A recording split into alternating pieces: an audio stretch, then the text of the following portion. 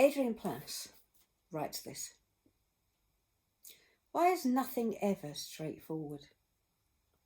Take Christmas cards, for instance. What could be simpler than writing nice messages on attractive cards and sending them to people who are important in your life? Well, in the Plass household, we have managed to make a mess of even this idiot-proof activity. Take the year, for instance, when we decided to change our address book about a month before Christmas. Address books generally survive for about 18 months in our house, 2 years if they're lucky. After that length of time, they will have become ragged, ketchup-stained, scribbled on, exhausted versions of their former selves. The cover will have come off, and it will be the cover that one of us will invariably find when we are searching for the book. And then we will get cross and rave about the house and demand to know why nothing is ever in the place it's supposed to be in. And then remember, it was we ourselves who took it out in the car for some insane reason and left it there and have to go and get it and feel stupid.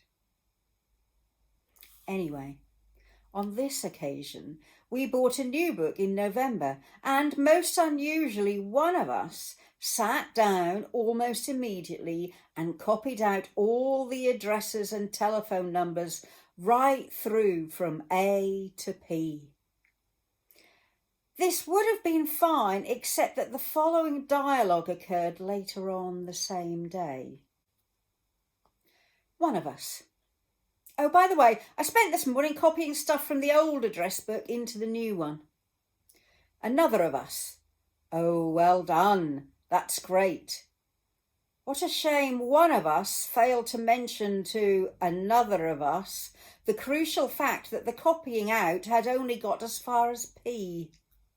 Because a little later in the day, another of us, thinking that it was no longer needed, took it upon himself to dump the old book in the dustbin, which was, in its turn, emptied the very next morning.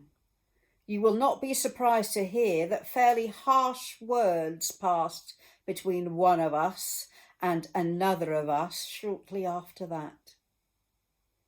All our friends whose names began with anything from A to P got Christmas cards from us that year. Most of the rest did not.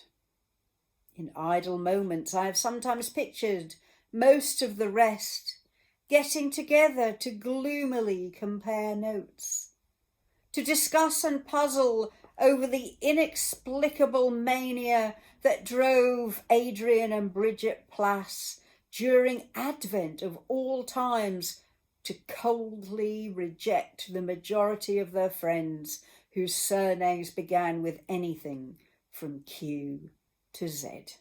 Why? Please, if any of you late alphabet people are reading this now, forgive us for what happened that year. We love you. We do. Really.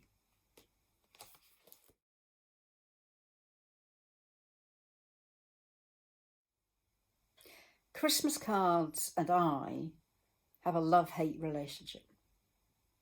If I buy Christmas cards, I like to take time. I like to find ones that are meaningful. I like a nice message. I like them to have significance regarding the real meaning of Christmas. But then every year I look at my shed, my craft shed, that shed full of card-making materials and dye machines and glitter and all the things that would possibly make beautiful handmade cards. And every year so far, the card-making materials have stayed in the shed and I've gone out to buy meaningful Christmas cards. And then there's the people we send Christmas cards to. There are people on my Christmas card list. Do you have a Christmas card list? There are people on my Christmas card list who only ever get a card at Christmas.